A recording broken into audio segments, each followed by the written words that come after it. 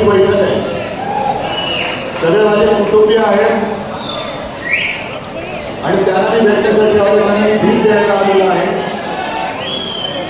आणि तुमच्या साक्षीने जसं कैलास तुम्ही सांगितलं तसं मी तुम्हाला तमाम धाराशिवकरांना आणि महाराष्ट्राला सांगतोय की याने किती गद्दार फिरवले, पण तुमच्या उरावरती भगवा रोवल्याशिवाय उद्धव ठाकरे सारखा बसणार नाही. मला अभिमान वाटतोय कैलासचा, मला अभिमान वाटतोय प्रवीण स्वामींचा. तसे 3 खासदार माझ्यासोबत आलेलेच आहेत. एक संजय राऊत आहेत, अनिल देसाई, अरविंद सावंत आणि चौथा आपला कट्टर निष्ठावंत राजाभाऊ वाजे, नाशिकचे खासदार. म्हणजे अरविंद सावंतांचं कौतुकच म्हणा. केंद्रामध्ये मंत्री होते आणि भाजपने दगा दिला. त्यावेळेला मी अरविंदला फोन करून सांगितले की अरविंद, भाजपने दगा दिलाय, तुम्हाला राजीनामा द्यावा लागेल. अरविंदने एकही प्रश्न विचारला नाही, फक्त येस सर फोन ठेवला आणि जाऊन मोदींच्या तोंडावरती राजीनामा घेतला. दुसरे अनिल देसाई, त्यांच्याही समोर 2014ला मंत्रिपदाचं पान वाढलेलं होतं, पण त्याही वेळेला भाजपने दगाबाजी केली. समोर दिसत असलेलं मंत्रिपद नाकारून अनिल देसाई परत आले. संजय राऊतांच्या नादी कोण लागतच नाही, प्रश्नच नाही. पण कैलास जेव्हा 2022ला या गद्दार शिरोमणींनी पहिल्या प्रथम जेव्हा आपल्याला फोडाफोडीच्या राजकारणामध्ये गुंतवलं, सगळ्यांना गाड्यात भरून घेऊन चालले ते गुजरातला त्यांच्या माहेरी, तेव्हा कैलासने मला फोन करून सांगितले की साहेब, आम्हाला कुठे याच्यात कळत नाही, पण मला जायचं नाहीये. संधी साधली, कैलासने गाडीतनं उडी मारली आणि चालत चालत किती किलोमीटर कैलासलाच पाहिजे. मग तिकडनं त्याला परत आणण्यासाठी मी मुख्यमंत्री होतो, व्यवस्था केली. आणि कैलास सुद्धा त्यावेळेला समोर सगळं वैभव दिसत होतं, खोक्याची राशी पडल्या होत्या, पण त्या लांबून कैलास परत आलेला आहे. तसंच प्रवीण स्वामी सुद्धा. ही सगळी माणसं ही जीवाला जीव देणारी खरी माणसं आहेत. कारण हे भाग्यात असावं लागतं, हे लाभण्यासाठी भाग्य असायला लागतं. नुसता विकास रेडी काय चाटायचा विकास नाही, नुसता पैशाच्या ढीक पडला पण प्रेम नाहीये. आम्हाला हरामाचा एक सुद्धा पैसा नकोय. ज्याला हरामाचा पैसा पाहिजे होता तो तिकडे गेलेला आहे, तो गद्दार झालेला आहे. पण इकडे माझ्या कष्टाचा पैसा, कष्ट करून कमावणारा पैसा कमावणारा माझ्या शेतकऱ्यांनी सारा सुद्धा शिवसैनिक बसलेला आहे. आणि मला आठवत आहे, मी या गद्दाराच्याच सभेला आलो होतो. सभा तुडुंब होती, पुढे सगळे लोक होतात. आणि सभा संपल्यानंतर एक साधा शेतकरी, कैलास तू होताच तेव्हा, प्रवीण स्वामी तुम्ही पण असाल, एक साधा शेतकरी एक बटवा घेऊन आला आणि मला म्हणाला की साहेब, माझ्या हस्ते एक मला बिबी द्यायचं आहे.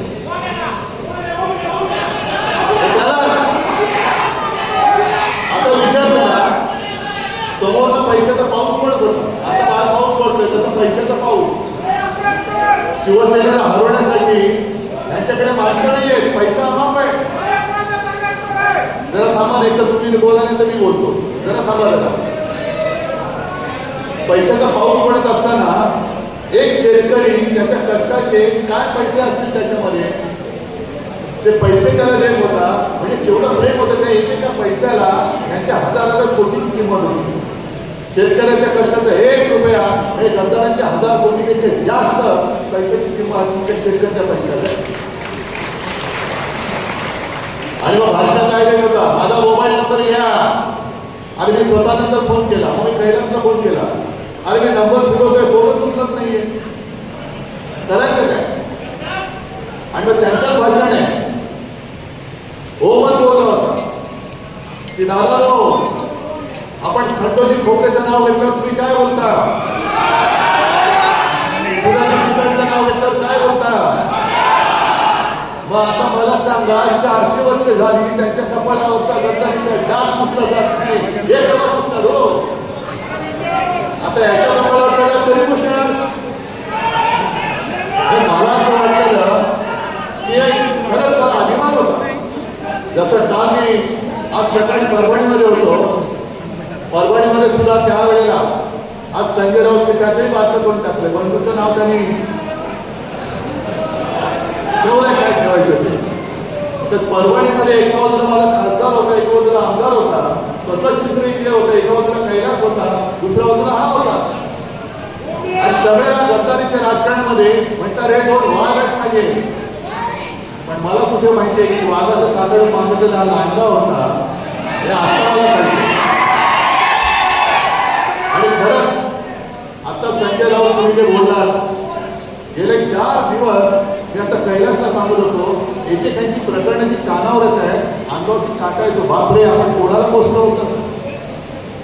कोणतरी मला विचारेल, पत्रकार म्हणतील का हो तुमच्याकडे होतं तेव्हा तुम्हाला माहित नव्हतं? खरंच माहिती नव्हतं. आणि ह्या अंगाची जी काय प्रकरण मला कळताय, तर सवारांची कुटुंब इकडे आले, त्यांना भेटणार आहे आणि त्यांना वाऱ्यावरती आधी सोडणार नाही, अजिबात सोडणार नाही, अजिबात सोडणार. पण एक एक प्रकरणं ही आधी जर कळली असती तर मी तर याला उमेदवारी दिली नसती. दुर्दैव की आत्ता मला सगळ्या गोष्टी कानावर येत आहेत. हे भयानक. असा माणूस आपण पोचला कसा? आणि मी तुमची माफी मागतो, कारण मी त्याला उमेदवारी दिली नसती तर तुम्ही मतदान केलं नसतं, आणि मतदान केलं नसतं तर मी तिथे वाढलीच नसती. आता कोणाकडे गेलं? गेल्या वर्षी आपत्ती आली होती, त्यावेळेला सुद्धा अरविंद सावंत आणि सगळे मुंबईकरांनी इकडे पूर्ण जे काही शक्य असेल, राजन विचार आले होते, अरविंद सावंत आले होते, अनेक मुंबईकर आले होते, आणि जे जे करता येणं शक्य होतं ते सगळं आपण केलं होतं. उद्धव ठाकरे फिरत नाही बोलणारे त्यावेळेला मदतीसाठी नव्हत्या. मी आलो होतो धाराशिवमध्ये, तुमच्यासोबत मी शेतकऱ्याच्या बांधावर गेलो होतो, खरडून गेलेल्या जमिनी पाहिल्या होत्या, वाहून गेलेली घरं पाहिली होती, आणि त्याच वेळेला आपण मागणी केली होती की शेतकऱ्याचा 7-12 कोरा करा. आज हे सगळे लबाड तिकडे जे बसले प्रवीण चौधरी तुम्ही जे बोलत होते ते खरं आहे की पूर्ण अंधाधुंद बदलेले, राज्य कारभार कोण करतच नाही, पूर्ण अंधाधुंद बदलेले. आणि इकडे शेतकरी कोण आले? शेतकरी आले का? मग प्रामाणिकपणाने सांगायचं की आपल्या सरकारने केलेली कर्जमुक्ती तुम्हाला मिळाली होती की नव्हती? किती कटकट झाली होती का तुम्हाला? आणि आत्ताची जी काय कर्जमाफी, पहिले शब्द लक्षात घ्या, ही कर्जमुक्ती म्हणतो, कारण माझा शेतकरी हा राजा आहे, अन्नदाता आहे. माफी ही गुन्हेगाराला करायची असते, अन्नदात्याला मुक्त करायचं असतं. त्याच्या ऋणातून मुक्त होण्यासाठी जो काही आपल्याला जे करता येणं शक्य असेल ते आपण केलं पाहिजे. मग 2019 ची कर्जमुक्ती आणि आत्ताची जी कर्जमाफी याचा फरक कैलासने सांगितलेला आहे विधानसभेमध्ये. ही फसवी कर्जमाफी आहे. मागे सुद्धा जेव्हा आपत्ती आली होती तेव्हा आपल्या मुख्यमंत्र्यांनी जाहीर केलं होतं इतिहासाची सगळ्यात मोठी मदतीचं पॅकेज मी जाहीर करतोय. किती जणांना मदत मिळाली मला सांगा? ज्यांच्या जमिनी खरडून गेल्या होत्या त्यांना 3.5 लाख रुपये, कोणत्या काय एकर का काय हेक्टर, 3.5 लाख रुपये, 3.5 रुपये तरी मिळाले. पीक विमा मिळाला. आता सुद्धा खतांचा पत्ता नाही. पावसाचा तर नव्हताच, पाऊस आता लागतोय. हे असं सगळं शेतकऱ्याचं वाटोळ करणारं जे सरकार आहे त्या सरकारला मदत करायला हा गद्दार तिकडे गेला. लाज वाटते, मला लाज वाटते मी तुमच्याकडे त्याला उमेदवार म्हणून गेला होता. हे सगळं अंदाधुंद चाललेली आहे, फसवणुकीचा कारभार चाललेला आहे. आणि त्यांचे जे काही रील्स येतात, आता विमानामध्ये बसले, परभणीचा गद्दार बसलेला, यवतमाळचा बसलेला, हिंगोलीचा बसलेला, हा चढायचा बाकी होता. छान चार्टर्ड फ्लाईट, कुठून आणली विमानं, कोणी दिला हा पैसा? शेतकऱ्याला कर्जमुक्त करण्यासाठी पैसा नाहीये. मोदी बाबांनी सांगितलं सोने खरेदी करू नका, खासदार खरेदी करा.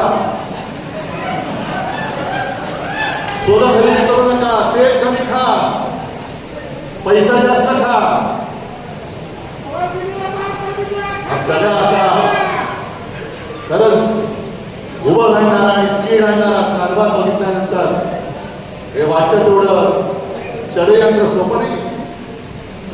यांची सत्ता तिकडे आहे, 2 वर्ष झालेली, बहुमत आहे ना. मग बहुमत असल्यानंतर सुद्धा तुम्हाला का उद्धव ठाकरेंचा तुम्ही पक्ष पळवला, उद्धव ठाकरेंचं चिन्ह पळवलं, पण तरी देखील मी नवीन चिन्ह घेऊन तुमच्या ओळावरती माझे हक्काचे 9 खासदार बसवले होते. या धाराशिवकरांनी बसवला होता. मोदींचा चेहरा मी वापरला नव्हता, मी माझ्या स्वतःच्या वडिलांचा चेहरा वापरला होता. मी भीम बापाची पोरं त्यांना बाप पडवावे लागतात, ते दुसऱ्याचे बाप घेऊन मतं मागताय, तरी देखील समोर कोण निवडून आला त्यांना पैसे फोडताय. ही राजकारणातली भीम बापाची अवतार आहे, ही गद्दाराची कीड आहे. ही कीड आता आपल्याला जाणवत आहे. हा महाराष्ट्र धर्म आहे. ही गद्दारी आई तुळजा भवानीच्या किल्ल्यामध्ये झालेली गद्दारी आहे, जी मगाशी तुम्ही मला तलवार दिली, भवानी तलवार. अरे त्याच तलवारीने मोगलांची टक्कर देणारा आमचा छत्रपती शिवाजी महाराज होते. मग तेव्हा जर का शिवाजी महाराजांनी विचार केला असता, मोगलांची ताकद एवढी आहे की माझ्याकडे निधी नाहीये, गेले असते शिवाजी महाराज तर आपण राहिलो असतो जिवंत. विचार करा जरा, काय असेल तेव्हा निधी. मोगलांची प्रचंड फौज होती, हत्ती होते माजवलेले, घोडदळ होता, तोफदळ होता, घोडेस्वार होते, शस्त्रास्त्र होती, पैसा होता, सगळं काही होतं. आणि त्यांच्या विरोधामध्ये स्वाभिमान, स्वराज्य पाहिजे, मी गुलामगिरी करणार नाही, म्हणून आपलं दैवत उभं राहिलं. म्हणून आपण त्यांना देव मानतो. छत्रपती शिवाजी महाराज भवानी मातेचा आशीर्वाद घेऊन त्या मोगलांच्या समोर औरंगजेबासमोर उभे राहिले होते आणि त्यांनी त्यांच्या नाकावर पिचून राज्याभिषेक करून आपला मराठ्यांचा छत्रपती तो राजा झाला होता, म्हणून ते आमचं दैवत आहे. पण तेव्हा जर का तलवार टाकली असती, हत्यार टाकली असती, विकास निधीसाठी मी औरंगजेबाकडे जातो आहे. जरा खाली बसा, थोडा जरा खाली बसा, जरा खाली बसा. तर आज आपण जिवंतच राहिलो नसतो. मग आता जो काय विकास निधीचा आहे, जो काय रट्टा लावलेला आहे, हा विकास निधी तुमच्यासाठी नाही, हा विकास निधी स्वार्थासाठी आहे. आणि जे संजय राऊत बोलले की असे रोज माझ्याकडे प्रकरण येत आहेत, कारखान्यामध्ये घोटाळा, पवनचक्कीमध्ये घोटाळा, बाकीचे लफडी बाकीचे काय कुलकडे आहेतच. बोलायचं म्हटलं तर त्याच्यावरती एक वेगळी सभा घ्यावी लागेल. आणि तरीच मला एक गोष्ट आता आठवली की जेव्हा आपण खासदारांची बैठक घेतली होती, तेव्हा एक काही खासदारांनी कागद दिली होती. यवतमाळचा खासदार बोलला, माझ्या मुलीला पाहायला पाहुणे येणार आहेत, सोयरीक जुळवायचे. म्हटलं नका येऊ. हे पलीकडचा गद्दार म्हणाला हिंगोलीचा, माझा पोरगा निवडणूक लढतोय, नका येऊ. हा इथला बोलला, माझा मुलगा हॉस्पिटलमध्ये आहे पुण्याला, म्हटलं नका येऊ. एक शिर्डीचे आहेत, त्यांची पत्नी आजारी होती, नका येऊ. पण जेव्हा व्हिडिओमध्ये सगळे दिसायला लागले, तेव्हा मी इथल्या ओमला विचारलं, अरे म्हटलं ओमचा चेहरा बरोबर दिसत नाहीये, काय तणाव आहे का तुझ्यावर, का रात्री झोपलेलं नाहीयेस? नाही, माझं सगळं बरोबर आहे, नाही माझं काय बरोबर आहे सगळं. पण त्याच वेळेला माझ्या मनावर माल चुकते, याचा चेहरा साफ नाही, याचा चेहरा साफ नाही, आणि तुमच्या माहितीसाठी सांगतो, त्याला जपायचा मी शेवटपर्यंत प्रयत्न केला. खोटं कशात सांगतो, शेवटपर्यंत प्रयत्न केला. अगदी अर्ध्या रात्री, मध्यरात्री 1:30 वाजता, 1:15 वाजता कैलासला आणि वरुणला मी त्याला भेटायला पाठवलं होतं. आणि त्याला फोनवरती म्हटलं होतं की बघ ओम, मला ओमराजे पाहिजे, त्यांना खासदार पाहिजे, निर्णय तू घे. मला मी माणसं जपणारा माणूस आहे. खासदार तर उद्या सुद्धा आपला निवडून तुम्ही आणणार आहात. खासदार तर 550 होतातच, पण मला माणूस, एक माणूस मला महत्वाचा आहे. पण आता हे सगळं कळल्यानंतर कळतं की अरे हा माणूस म्हणायच्या सुद्धा लायकीचा नाही, एवढ्याच्या सगळ्या भानगडी आहेत. काय करायचं, काय करायचं काय सुरू. एक मुलात घेऊन आपण पुढे निघालेलो आहोत. माझ्या शेतकऱ्याला त्याच्या हक्काचा हमीभाव मिळालाच पाहिजे, पीक विमा मिळालाच पाहिजे. आणि कैलास तुम्ही जे काही आंदोलन घेत आहे, शेतकऱ्यांसाठी आंदोलन घेत आहे, एक तर मी येईल आता आदित्य आला त्याशिवाय राहणार नाही. जो शेतकरी असेल त्याच्यामध्ये आम्ही उतरल्याशिवाय राहणार नाही. कालच्या हिंगोलीच्या बैठकीमध्ये सुद्धा काही शेतकरी आले. शक्तीपीठ महामार्ग जातोय, शक्तीपीठ महामार्ग जातोय, शक्तीपीठ महामार्ग जातोय. आमच्या शेतीची संपूर्ण वाट लावून जातोय. शेतीची वाट लावणारच, कारण भाजपला आता कॉन्ट्रॅक्टर घेऊन फार बोलायचं झालेलं. मला याही गोष्टीची लाज वाटते की ज्या भाजपचे आजच्या देशात फक्त 2 खासदार होते, त्या भाजपला आपण वोट करून महाराष्ट्रामध्ये मोठा केला.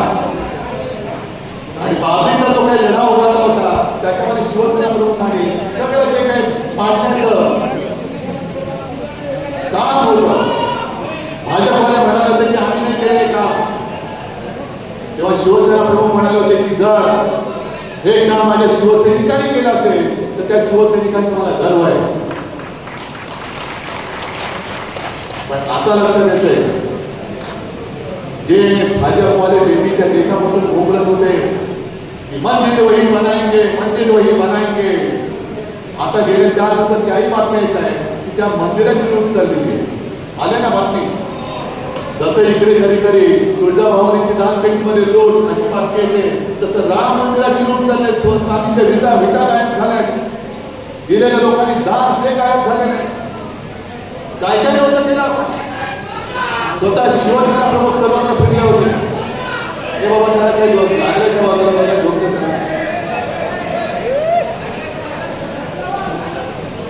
स्वतः शिवसेना प्रमुख सगळीकडे फिरले होते, शिलापूजन केलं होतं, शिवसैनिक तिकडे गेले होते. आणि एक वातावरण पूर्ण भारावून टाकणारं वातावरण देशामध्ये झालं, हिंदुत्वाचं वातावरण निर्माण झालं. आणि त्या हिंदुत्वाच्या वातावरणाचा गैरफायदा घेऊन भाजपवाले तिकडे सत्तेवरती आले. राम मंदिर बांधलं गेलं. राम मंदिर बांधल्यानंतर आता जी लूट चाललेली आहे, ही लूट बघितल्यानंतर मला असं वाटतं की आता नवीन बीजेपी निर्माण झालेली आहे. आधीचं नाव त्यांचं भारतीय जनता पक्ष. ज्या बाबराने राम जन्मभूमीच्या ठिकाणी मस्जिद बांधली होती, आता हे ते राम मंदिर लुटतायत. म्हणजे बीजेपी म्हणजे बाबर जनता पार्टी झालेली. आता बाबर जनता पार्टी ही सगळी फसवणूक चालली. म्हणून लक्षात घ्या तुम्ही आपण कशाला सामोरं जातोय. आणि या गद्दाराची हिंमत उद्या लोकसभेत गेल्यानंतर राम मंदिर लुटणाऱ्यांना शिक्षा का दिली जात नाही हे विचारण्याचं धाडस गद्दार करू शकणार आहे का?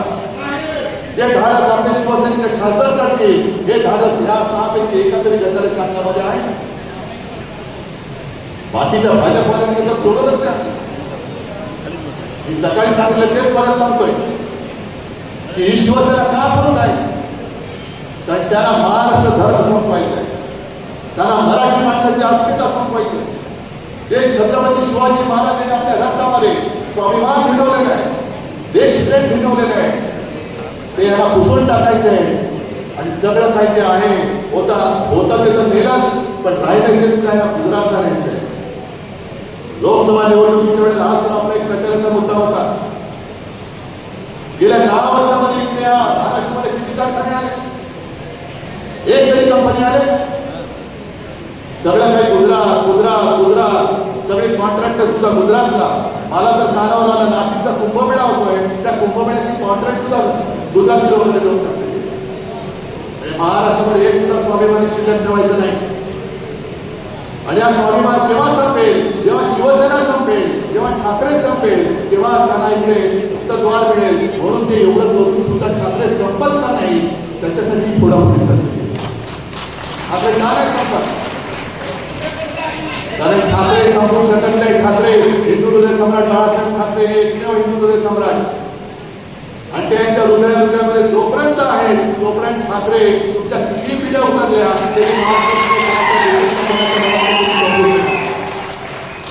आम्ही तुमच्याबरोबर जोडले गेलेले माणसं, तुमच्याबरोबर जोडले गेले. म्हणून तर इतके वर्ष होऊन एवढी फोडाफोडी करून सुद्धा का परत शिवसेना संपवायला लागली? 40 आमदार फोडले, शिवसेना संपली. 9 खासदार आले, परत त्यातले 6 फोडले, शिवसेना संपली. मग हे काय समोर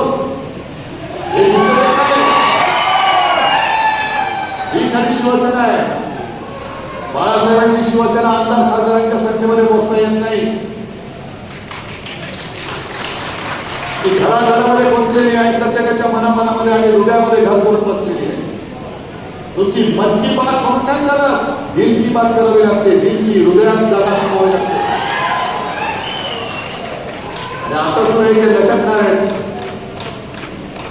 कारण 2 दिवसापूर्वी आपले 2 खासदार जाऊन ओम बिर्लांनी जाऊन भेटून आलेले आहेत. त्यांना घटनेचे पुस्तक दाखवले, म्हणाले नाही माझ्याकडे आहे. मग त्याच्यामधला एक नियम दाखवले. आता ते काय म्हणतायत 6 झाले, 9 पैकी 6 म्हणजे 2/3 झाले. आणि माझ्या कानावर जे आलं की यांचं कधीच ठरलं होतं, फक्त हा इथला जरा अडून बसला होता. कारण त्याला माहिती होतं 5 झाले, 6 होईपर्यंत 2/3 होत नाही, म्हणून ताणून धरलं, भाव वाढवला आणि मग गेला. भाव वाढवले पण 2/3 गेले तरी काही होत नाही, फुटू शकत नाही. कारण कायद्यामध्ये जे दिले, घटनेमध्ये जे दिलेलं आहे की 2/3 संख्येने जरी इकडनं तिकडे गेले तरी ते पक्षांतर करू शकत नाही, पक्षात विलीन होऊ शकत नाही. पक्षात विलीन होण्याचा निर्णय हा पक्षाने घ्यावा लागतो आणि त्याला 2/3 पाठिंबा द्यावा लागतो. आता बघूया ओम बिर्ला काय करतात. घटनातज्ञ तिकडे बसले, पण लोकसभेच्या वेळेला जे आम्ही सांगत होतो आणि म्हणून तुम्ही ऐकून आपला हक्काचा खासदार निवडून दिला, यांना 2/3 बहुमत पाहिजे. अब की बार 400 पार, कारण यांना घटना पाहिजे तुडवायची होती. आता सुद्धा 2/3 बहुमत करून काही घटनेमध्ये बदल करता येतात का ते त्यांना पाहिजे, म्हणून 2/3 बहुमत पाहिजे. मग उद्धव ठाकरेंना पक्ष जमता आला नाही. ममता बॅनर्जीचा पक्ष कसा फुटला, अरविंद केजरीवालांचा कसा फुटला, का आम्ही सगळे घरात बसलो होतो. ममता बॅनर्जी तर रस्त्यावरती उतरून लढत होत्या, पण एका महिलेला म्हणजे महाराष्ट्रामध्ये लाडकी बहीण योजना दिली, त्याच्यानुसार मतं मिळवली. पण एक वाघीण ममता बॅनर्जी रस्त्यावरती उतरल्यानंतर 2.5 लाखापेक्षा जास्त फौज, सीमा सुरक्षा दल त्या बंगालमध्ये घुसवून त्याने निवडणूक जिंकवली. हे यांचं शौर्य. तुम्ही बंगालमध्ये निवडणूक लढायला जिंकायला म्हणून सैन्याचा वापर करताय. मणिपूर करताय का? मणिपूरमध्ये कोणी जात नाही, मणिपूरमध्ये सैन्य जात नाहीये. 12 वर्ष होऊन गेली. पाक व्याप्त काश्मीरमध्ये अजून हे पाऊल टाकायला घाबरताय. अरे 2.5 लाख फौज तिकडे घुसवा आणि पाक व्याप्त काश्मीर आपल्या काळा मी तुम्हाला पहिला पाठिंबा द्यायला लागेल. गद्दारांची काय गरज आहे? कशाला पाहिजे करता? देशासाठी काम करा, मी तुम्हाला पाठिंबा देतो. घुसवा पाक व्याप्त काश्मीरमध्ये फौज, आणा तो पाक व्याप्त काश्मीर माझ्या भारतामध्ये. मी तुम्हाला उद्धव बाळासाहेब ठाकरे तुम्हाला जाहीर पाठिंबा द्यायला तयार आहे. करून दाखवा हिंमत असेल तर. पण याच्यापैकी काहीच करायचं नाही. फक्त कोणी काही अंगावर प्रश्न विचारला, आमचा पीक विमा कधी मिळणार? जय श्रीराम. शेतमालाला हमीभाव कधी मिळणार? जय श्रीराम. समाजाच्या कुटुंबियांना न्याय कधी मिळणार? जय श्रीराम. नाही, असं हिंदुत्व नाही म्हणत. आमचं हिंदुत्व वेगळं आहे. आम्ही सुद्धा प्रभू रामचंद्राला मानतो, जसं आई तुळजाभवानीला मानतो, तसं आम्ही सुद्धा जय श्रीराम बोलतो. पण आमच्या हृदयात राम, हाताला काम आणि शेतकऱ्याच्या मालाला दाम, हे आमचं हिंदुत्व आहे.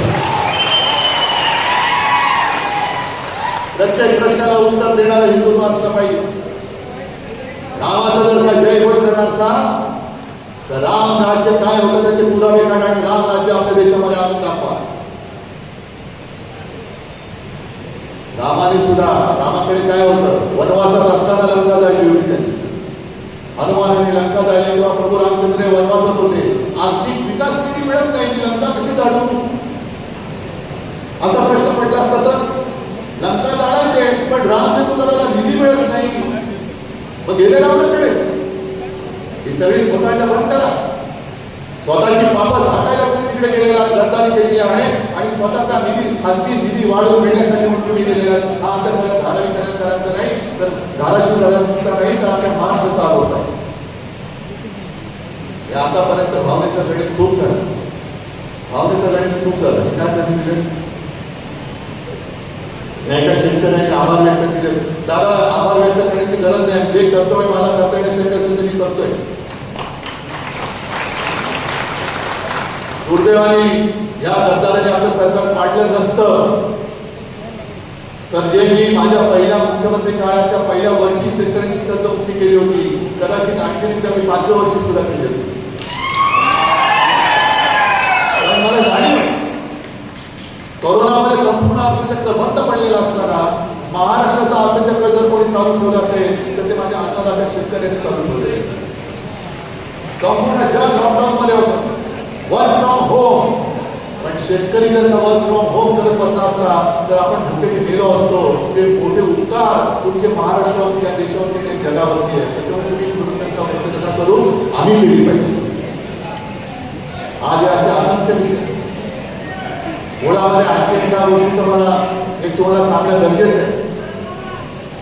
हे बघताना वरवर वाटलं तर शिवसेनेचे खासदारांनी फोडले, पण एक प्रश्न तुम्ही तुमच्या मनाला विचारून बघा, ज्या गटामध्ये गेलेले शिंदे सेनेमध्ये, विंदे सेनेमध्ये, गुलाम सेनेत गेले, त्या गुलामांचं काय भवितव्य आहे का?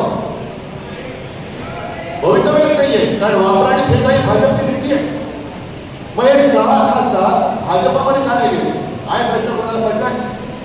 प्रश्नाचं उत्तर आहे कारण हे भाजपातल्या अंतर्गत जी गटबाजी आहे हे ऑपरेशन देवेंद्र फडणवीस चालू आहे. परंतु देवेंद्र फडणवीस येत्या काही काळात कदाचित देवेंद्र फडणवीसांची मुख्यमंत्र्यांची खुर्ची सुद्धा गेली तर मला नवल नाही वाटतं.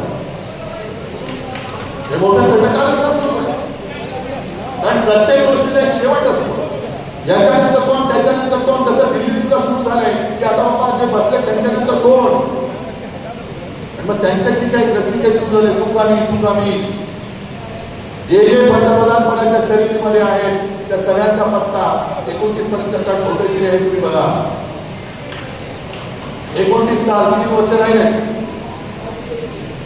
एक मध्य प्रदेशचे मुख्यमंत्री होते शिवराज सिंग चौहान, त्यांच्या चेहऱ्यावरती मध्य प्रदेशची निवडणूक भाजपा जिंकली होती.